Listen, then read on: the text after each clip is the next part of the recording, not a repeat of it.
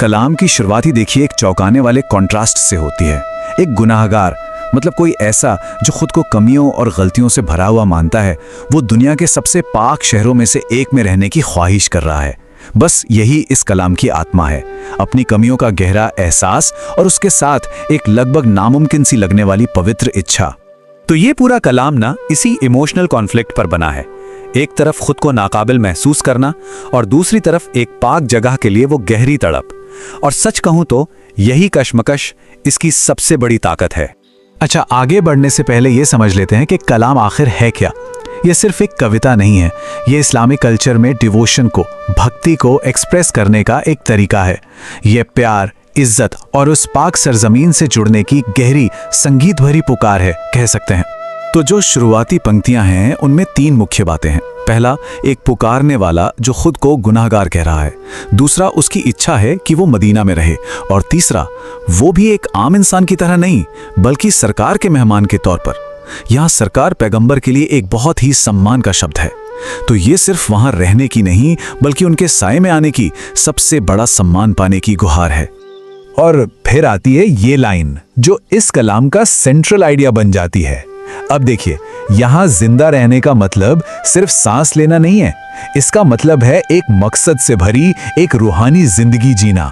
और इस कलाम के मुताबिक वो असली जिंदगी, वो रूहानी सुकून सिर्फ मदीना में ही मुमकिन है।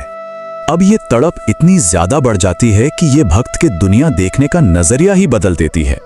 ये सिर्फ एक इच्छा नहीं रहती बल्कि एक ऐसा जुनून बन जाती है जो हर सोच, हर नजर पर हावी हो जाता है। यहाँ भक्त एक तरह से दुआ कर रहा है।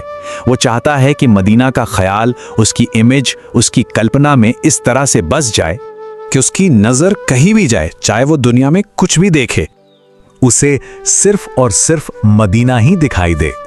ये भक्ति की वो सबसे ऊंची स्टेज है जहां भक्त की बाहरी और भीतरी दुनिया एक हो जाती है और हर जगह उसे बस अपनी मंजिल ही नजर आती है। मतलब ये इच्छा इतनी पावरफुल है, इतनी इंटेंस है कि भक्त को एक पल का चैन नहीं लेने देती। ये एक ऐसा जुनून है जो 24 घंटे दिल और दिमाग पर छाया रहता है, एक मीठी सी बेचैनी की तरह। यहां से कलाम एक और गहरा मोड़ लेता है। अब मदीना सिर्फ तड़प का सेंटर नहीं है बल्कि दुनिया के हर दुख, हर मर्ज के लिए एक रूहानी इलाज बनकर सामने आता है। कलाम में एक बहुत ही खूबसूरत मेटाफर का इस्तेमाल हुआ है। सोचिए, एक बीमार व्यक्ति है जिसकी आंखें बंद हैं। उसके कान में सिर्फ ये कह दिया जाए कि उससे मदीना ले जाया जा रहा है तो उसकी आंखें एक चमत्कार की तरह खुल जाएंगी। ये दिखाता है कि उस शहर के नाम के साथ कितनी उम्मीद और रूहानी ताकत जुड़ी हुई है। और जब ये लाइन दोबारा आती है तो इसका मतलब और भी गहरा हो जाता है। अब जिंदा रहना सिर्फ एक रूहानी एहसास नहीं है बल्कि हर तकलीफ से शिफा, एक मुकम्मल सेहत और सुकून का सिंबल बन जाता है। कलाम अब अपने सबसे आखिरी और सबसे गहरे दावे पर पहुंचता है जहां मदीना को सीधे जन्नत यानी स्वर्ग का दरवाजा बताया गया है। कलाम एक बहुत ही पावरफुल सवाल उठाता है, ये दुनिया मौत का इंतजार क्यों करे? ये लाइन हमारे लाइफ एंड डेथ के ट्रेडिशनल कॉन्सेप्ट को चैलेंज करती है। मतलब जन्नत पाने के लिए मरने तक का इंतजार ही क्यों करना जब उसका रास्ता इतना सीधा और साफ है? कलाम का जवाब एकदम डायरेक्ट है और हैरान करने वाला भी। जिसे भी जन्नत जाना है उसे मदीना चले जाना चाहिए। ये एक ऐसा दावा है जो मदीना को सिर्फ एक शहर नहीं बल्कि धरती पर जन्नत का ही एक रूप बना देता है। तो देखा जाए तो ये कलाम हमें एक पूरी स्पिरिचुअल जर्नी पर ले जाता है। एक मामूली सी गुहार से शुरू होकर ये एक जुनून में बदलता है, फिर दुनिया के दुखों का इलाज बनता है और आखिर में मोक्ष का सीधा रास्ता दिखा देता है।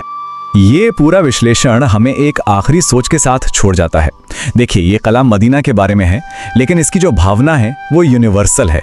यह हमें सोचने पर मजबूर करता है कि आखिर हर दिल किसी ना किसी अंतिम मंजिल के लिए इसी तरह तड़पता है ना? वो मंजिल कौन सी है?